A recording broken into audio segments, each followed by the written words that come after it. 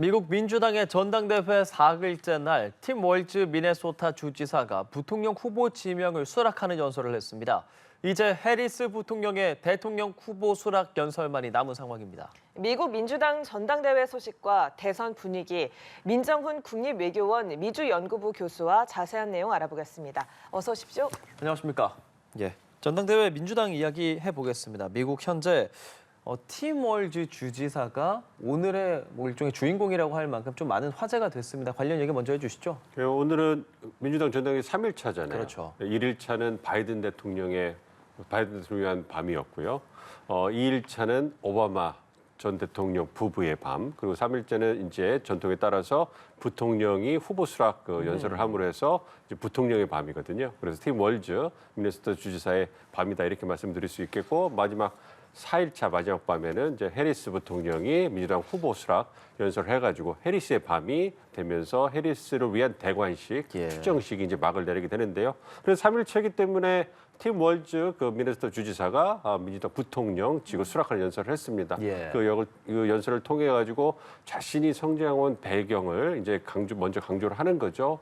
그래서 이제 네브래스카 촌에서 태어나서 이제 전통적으로 살아가다가 이제 그 주 방위군 비상근직으로 이제 근무를 하게 되고 그 혜택을 공장 노동자 일을 하다가 그 혜택을 받아가지고 이제 그 군에서 주는 교육 혜택을 받아서 대학에 진학해서 사회 선생님. 이 된 거죠. 그리고 미네소타로 이주해가지고 이제 그 사회 교사로 일을 하다가 학생들의 권유로 정계에 입문했다는 거예요. 그러면서 자신이 살아온 이야기, 평범한 소시민으로서의 자신의 이야기를 부각시키면서 자신이 이제 자신도 깜짝 놀랄 정도로 이제는 부통령 후보가 됐기 때문에 굉장히 떨리고 큰 연설을 처음 해본다 이렇게 얘기를 했습니다만, 이 팀 월즈 후보가 이제 보기는 굉장히 소박해 보이는데 연설을 굉장히 힘있게 잘하세요. 그러더라고요. 짧고 간결하게 힘있고, 그래서 수업을 잘하시는 선생님 느낌 뭐 이런 느낌입니다. 그래가지고 학생들도 그 면에 반해서 이제 선생님을 정기 입문하라고 한 것. 물론 그리고 이제 사명감이라든지 공부에 뛰어나시기 때문에 그런 부분을 강조하고요. 이와 더불어서 이제 해리스 부통령에 대한 강점을 얘기하면서 이제 자신이 이번 선거에 출마해서 해리스 부통령을 도와가지고 대선을 승리하겠다. 그리고 미국을 보다 밝은 미래로 이끌겠다. 뭐 이런 출마의 변을 밝혔습니다. 미국에서는 지금까지 대선에서 부통령 후보들이 승패를 가르는 어떤 중요한 변수가 되진 않았다라고 알고 있는데, 이번 부통령 후보들은 보니까요, 동네 아재 대 힐빌리 개천용이다 이런 이야기도 있고요.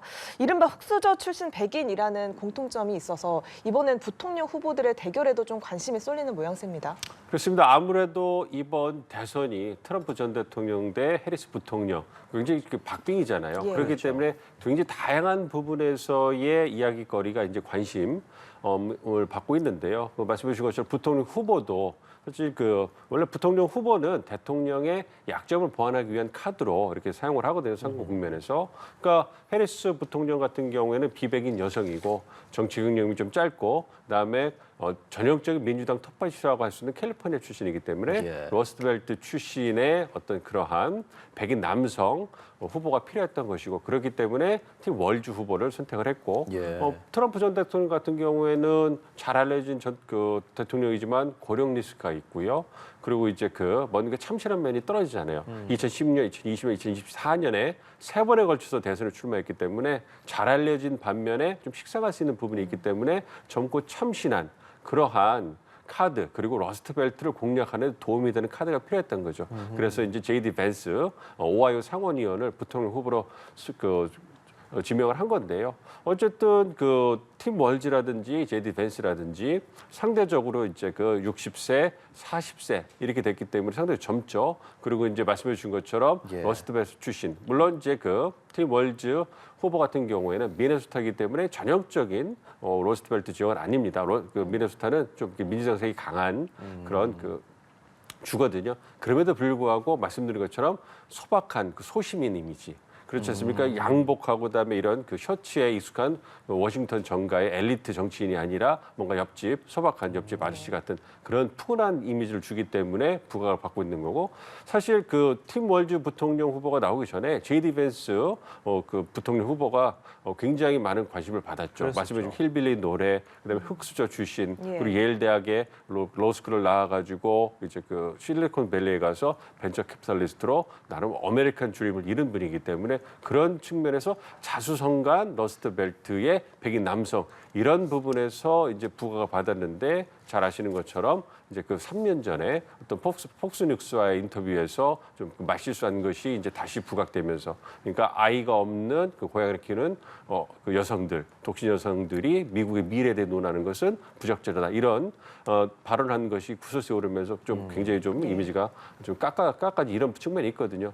그런 와중에 이제 그 팀 월즈가 부각됐기 때문에 예. 대비가 되는 거예요. 그래서 이제 팀 월즈 대 제이디 벤스 이 부통령 후보 간에도 이제 관심이 집중되고 있고 그렇기 때문에 10월 1일 날 부통령 후보들 간의 TV 토론이 있습니다. 그래서 그렇죠. 거기에서 어느 후보가 보다 더 자신의 대통령 후보를 도와서 뭔가 좀 미래를 보여줄 수 있고 상대방을 공격을 적절하게 할 수 있느냐 이 부분도 이제 관심이 집중된 상황입니다. 예, 부통령 후보들에 대한 이제 분석도 좀 전해주셨고 민주당 전당대회 얘기로 다시 좀 넘어가서 전직 대통령들, 그러니까 뭐 둘째 날에 오바마 전 대통령 부부가 둘이 서로 이제 뭐 포옹하는 그런 모습도 뭐 화제가 되기도 하고 빌 클린턴 전 대통령 그리고 또 오프라 윈프리까지 등장해서 지금 좀 그런 측면에서의 열기도 좀 뜨거운 모습입니다. 그렇죠. 그 민주당과 관련된 모든 그 주요 인사들이 총출동했기 예. 때문에 굉장히 이제 그 올스타 쇼 같은 이런 느낌인 거죠. 그러니까 첫날에는 바이든 대통령 그리고 힐러리 클린턴 전 국무장관이 그러니까요. 출동을 해서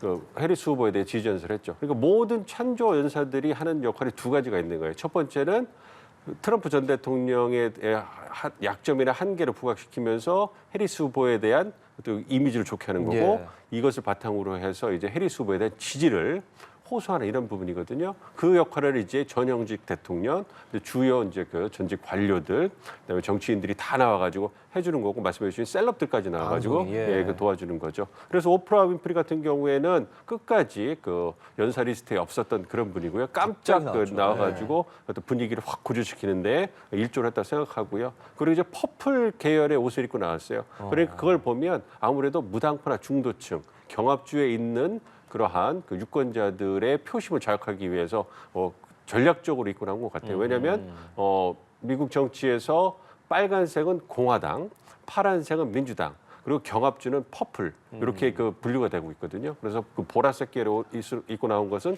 아무래도 경합주 표심, 무당파 중도층을 공략하기 위한 그런 어떤 그 의도가 드레스 있다고 볼 수 코드가 있겠네요. 아니었나 이렇게 생각을 하고 있고요. 그리고 말씀해 주신 건 자유는 그대로 얻어지는 것이 아니다. 그러면서 무당파 중도층에게 나와서 지지해달라. 이건 우리의 미래를 위한 선거이기 때문에 당신들의 참여가 필요하다.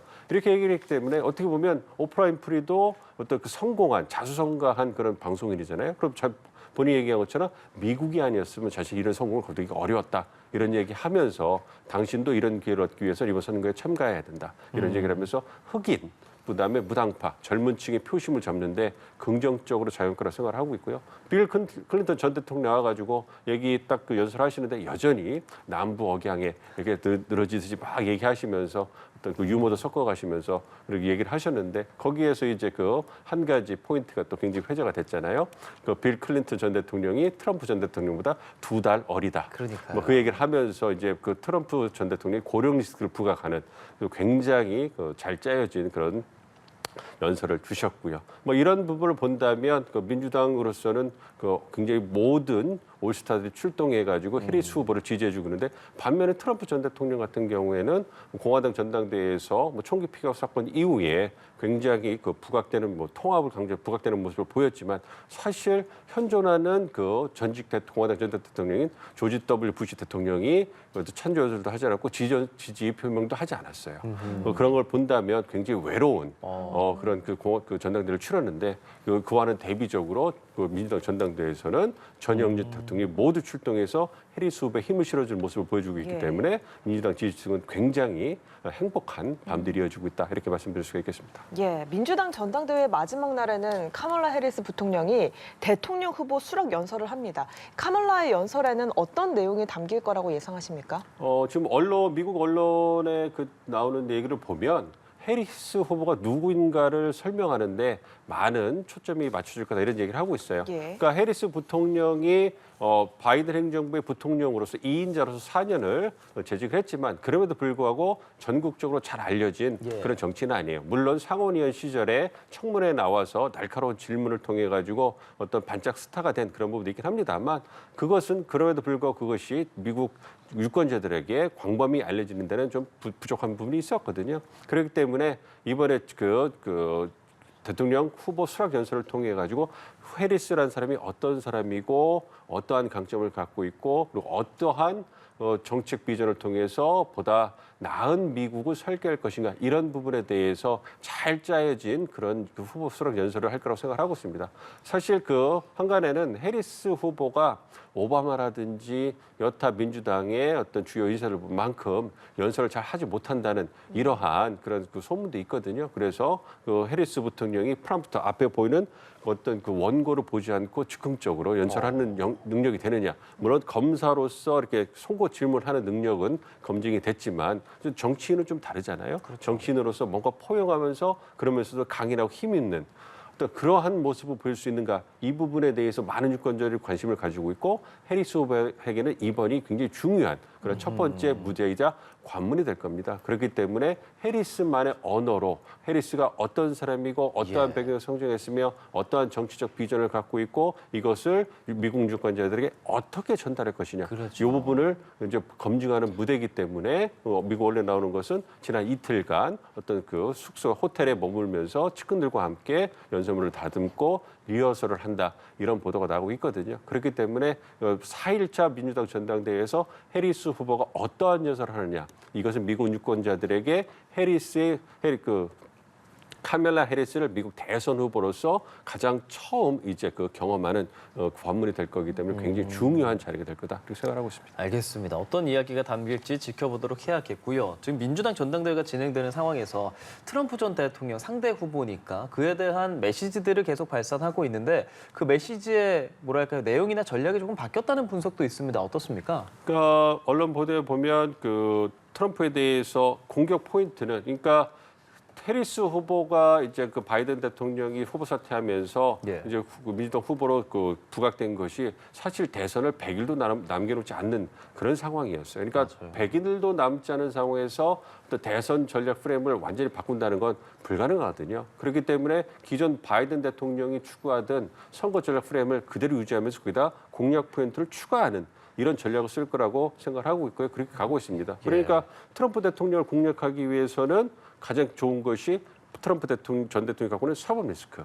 그래서 이제 그 해리스 후보가 검사 대 피고인 이런 식으로 이제 프레임을 몰고 가는 거고 이와 더불어서 이제 바이든 행정부의 입법 성과 이런 부분을 이제 강조하고 그래서 바이든 행정부 대통령이 갖고 보여줬던 정책 기조를 승계해야 되잖아요. 그 해리스가 2인자이기 때문에 그런 부분을 강조하는 것과 더불어서 새로운 공략 포인트 뭐라 했냐면 이제 바이든 대 트럼프 때는 바이든 대통령이 고령 리스크에서 더 어떤 어려웠지 않습니까? 예. 근데 이제는 해리스 대 트럼프가 되니까 20살 정도 차이 나고 젊기 때문에 이제 고령 리스크를 역으로 이용하는 거예요. 그걸 어떻게 프레임을 하냐면 미래 대 과거 이런 식으로 이제 그 프레임을 하는 겁니다. 그리고 이제 그래서 거기에다가 인종차별주의자, 민주주의에 대한 위협 그리고 과거로 후퇴하는 그런 행정부 이렇게 공격을 하고 이와 더불어서 이제 억만장자 프레임을 갖고 들고 나왔다는 거예요. 이건 뭐냐면 트럼프 행정부 전 대통령의 어떤 그 경제 정책 프레임이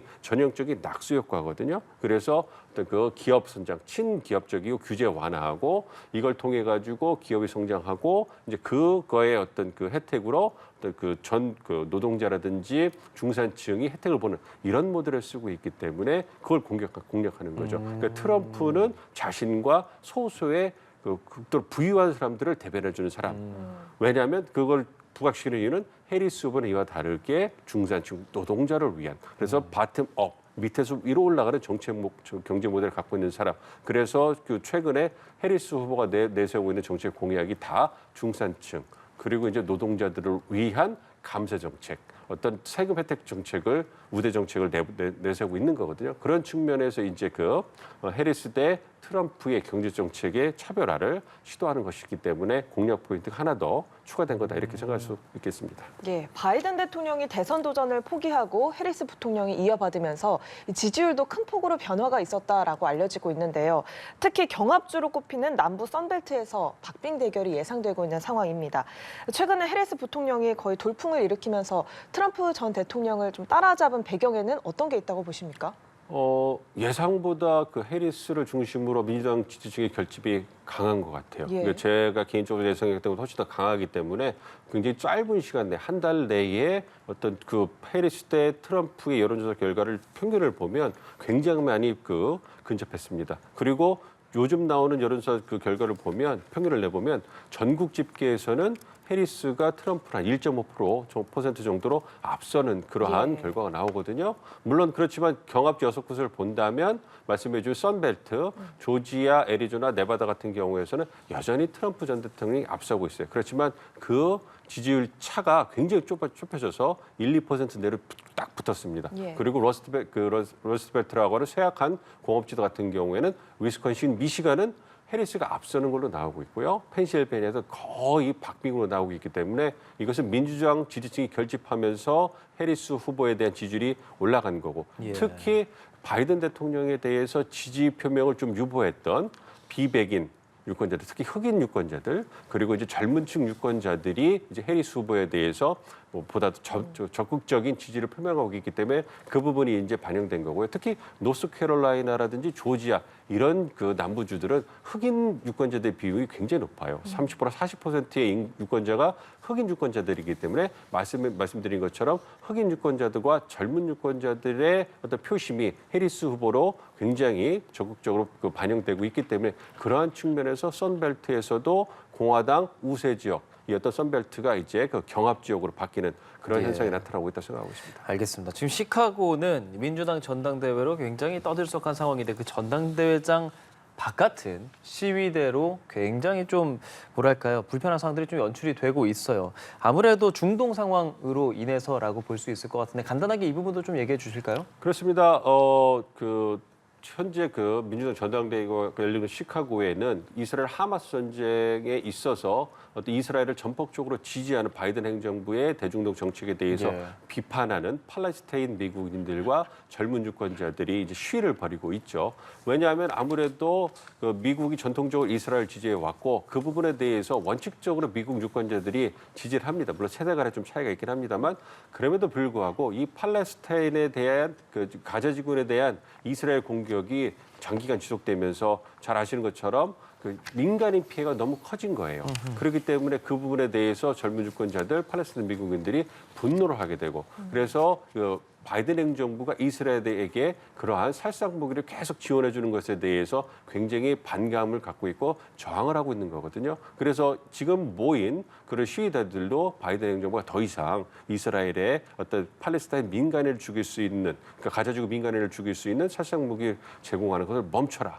그리고 이제 보다 더 그 가자지구의 인도주의적인 지원을 더 강화해라. 그리고 빨리 전쟁이 끝날 수 있도록 노력해라. 이런 부분에 대해서 시위를 하고 있는 것이기 때문에 사실 바이든 행정부로서는 굉장히 아픈 부분이죠. 왜냐하면 이스라엘에게 대해서 또 이스라엘이 어떤 그 가자지구에 있는 하마스 어떤 그 세력을 몰아내는 것은 그 이스라엘 권리라고 지지를 하지만 그럼에도 불구하고 어떤 민간인의 살상을 최소화하는 책임 있는 군사 행동을 하라고 계속 요구하고 있는데 어떤 네타냐후 총리를 그 중심으로 한 그 구구 내각이 그런 부분을 잘 그 미국의 뜻을 좀 따르고 있지 않거든요. 그렇기 때문에 어떤 이스라엘 하마스 전쟁에 있어서 바이든 행정부가 보여준 정책이 그 트럼프 전 대통령으로부터 비난도 받고 있고 공격도 받고 있기 때문에 빨리 전쟁이 휴전이 되고 인질이 석방됐으면 좋겠는데 이 부분에서 교착 상기가 진행되고 있거든요. 그렇기 때문에 그런 부분을 고려해서 밖에서 지금 어떤 그 시위가 벌어지고 있고 그런 부분에 대해서 그 바이든 행정부와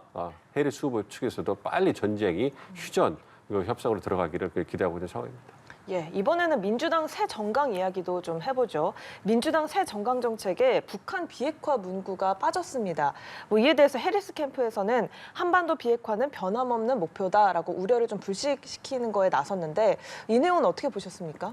아무래도 이번 2024년 그 민주당 정강 정책에서 북한 비핵화 이 부분이 좀 빠지고 어떤 북한 위협 통제 이런 부분에 대해서 좀 이렇게 많이 나오지 않은 부분이 있어요. 예. 그렇지만 그 정강을 보시면 한미 동맹이라든지 한미일 협력을 통해 가지고 북한의 위협에 대응하겠다 이런 부분은 확인하고 있거든요. 그것은 예. 뭐냐면 민주당의 어떤 고위 관료가 나와서 해리스 캠프의 어떤 고위 측근이 나와서 얘기한 것처럼 북한 비핵화의 목표가 해리스 후보 측에서 빠진 것이 아니고요. 그거보다는 북한의 한반도 비핵화를 목표로 하는 것은 그냥 토대를 하고 있는 와중에 단기적으로 한미일 협력을 통해서 북한의 위협에 대응하고 미국의 영내 리더십을 유지하겠다. 이 부분에 방점을 찍은 겁니다. 그래서 그 부분을 부각시키다 보니까 아무래도 비핵화 부분이 생략되면서 좀 논란이 불거지고 있는데요. 어떤 말씀해 주신 것처럼 해리스 후보 측에서도 이제 북한의 비핵화,